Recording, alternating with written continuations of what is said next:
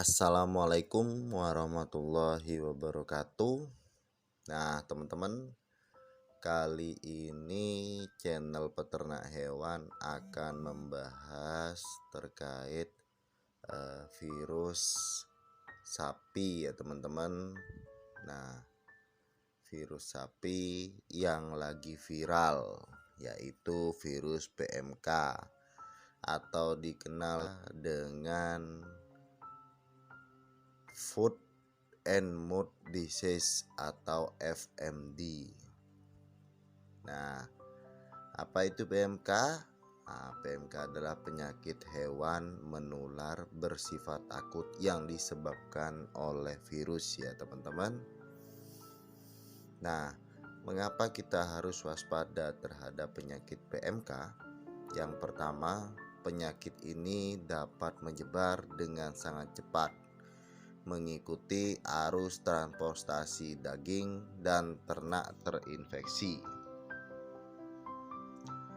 Kedua, menimbulkan kerugian ekonomi yang sangat besar atau penurunan berat badan permanen pada hewan ternak kita. Ketiga, pengendaliannya sulit dan kompleks karena membutuhkan biaya vaksinasi yang sangat besar serta pengawasan lalu lintas hewan yang ketat. Keempat, negara Indonesia terdiri dari puluhan ribu pulau dan ratusan pelabuhan besar dan kecil, sehingga sangat rawan penyelundupan ternak dan bahan asal hewan, daging, kulit, dan lain-lain dari negara endemis PMK seperti India, Brazil, Malaysia, Thailand, Filipina, Cina, dan sekitarnya. Penyebabnya itu yang pertama, virus tipe A dari famili Picornaviridae, genus Atopovirus. 2. Masa inkubasi 2-14 hari. Masa sejak hewan tertular penyakit sampai timbul gejala penyakit. Nah, untuk hewan yang sangat rentan tertular yaitu sapi, kerbau, unta, gajah, rusa, kambing, domba, dan babi ya, teman-teman.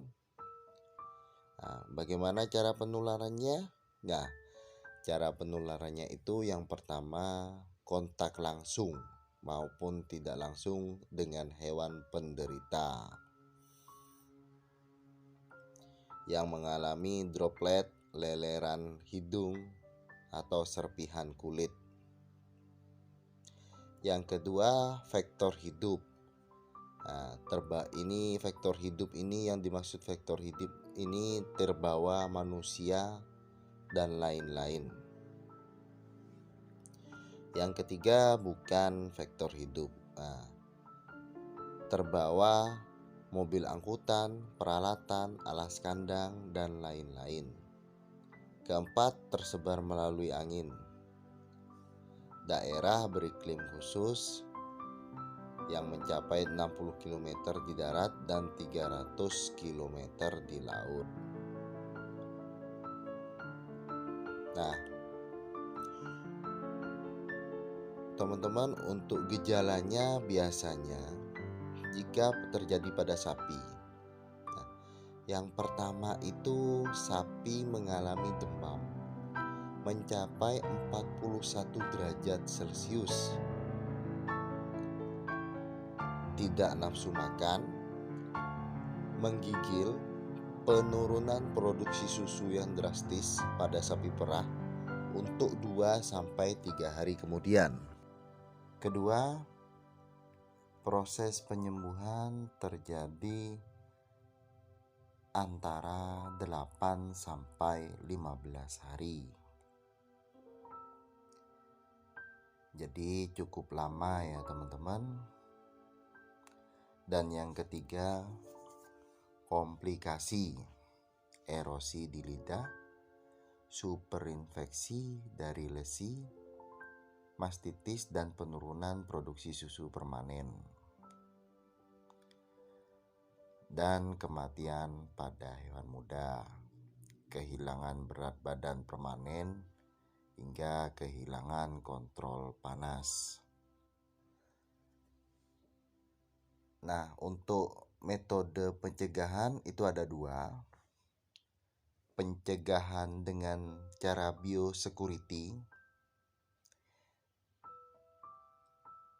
Pertama, perlindungan pada zona bebas dengan membatasi gerakan hewan, pengawasan lalu lintas, dan pelaksanaan surveillance. Kedua, pemotongan pada hewan terinfeksi, hewan baru sembuh, dan hewan-hewan yang kemungkinan kontak dengan agen PMK. Yang ketiga, desinfeksi aset dan semua material yang terinfeksi, dari perlengkapan kandang, mobil, baju, dan lain-lain. Yang keempat, musnahkan bangkai, sampah, dan semua produk hewan pada area yang terinfeksi. Dan yang kelima, tindakan karantina. Nah, itu pencegahan dengan cara biosecurity ya teman-teman. Nah, gimana dengan cara medis? Nah, yang pertama, lakukan vaksin virus aktif yang mengandung adjuvan. Kedua, kekebalan 6 bulan setelah 2 kali pemberian vaksin. Sebagian tergantung pada antigen yang berhubungan antara vaksin dan strain yang sedang mewabah. Untuk daerah bebas atau Indonesia, yang pertama pengawasan lalu lintas ternak, yang kedua pelarangan pemasukan ternak dari daerah tertular. Nah, jadi virus PMK ini sangat berbahaya, jadi teman-teman harus sangat hati-hati ya teman-teman. Nah, untuk pengobatan dan pengendaliannya bagaimana? Yang pertama, pemotongan dan pembuangan jaringan tubuh hewan yang terinfeksi. Yang kedua, kaki yang terinfeksi diterapi dengan chloramphenicol atau bisa juga diberikan larutan cuprisulfat. Yang ketiga, injeksi intravena preparat sulfadimidin juga disinyalir efektif terhadap PMK. Yang keempat, selama dilakukan pengobatan, hewan yang terserang penyakit harus dipisahkan dari hewan yang sehat atau di kandang karantina terpisah dari kandang hewan sehat. Yang kelima, hewan tidak terinfeksi harus ditempatkan pada lokasi yang kering dan dibiarkan bebas jalan-jalan, serta diberi pakan cukup untuk meningkatkan sistem kekebalan tubuhnya. Ini sama seperti dijemur ya teman-teman, untuk meningkatkan kekebalan tubuhnya. Yang keenam, pada kaki hewan ternak yang sehat diolesi larutan cuprisulfat 5% setiap hari selama 1 minggu. Kemudian setelah itu terapi dilakukan seminggu sekali sebagai cara yang efektif untuk pencegahan PMK pada ternak sapi. Nah, itulah teman-teman pengenalan bahaya penyakit mulut dan kaki pada hewan ternak. Jangan lupa teman-teman tambahkan jamu yang telah kami reviewkan videonya di video sebelumnya ya teman-teman.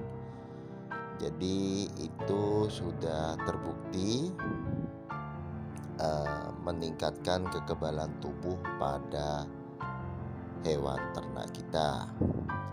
Mungkin hanya itu review video dari kami. Jangan lupa like, share, komen, dan aktifkan lonceng untuk menonton video selanjutnya.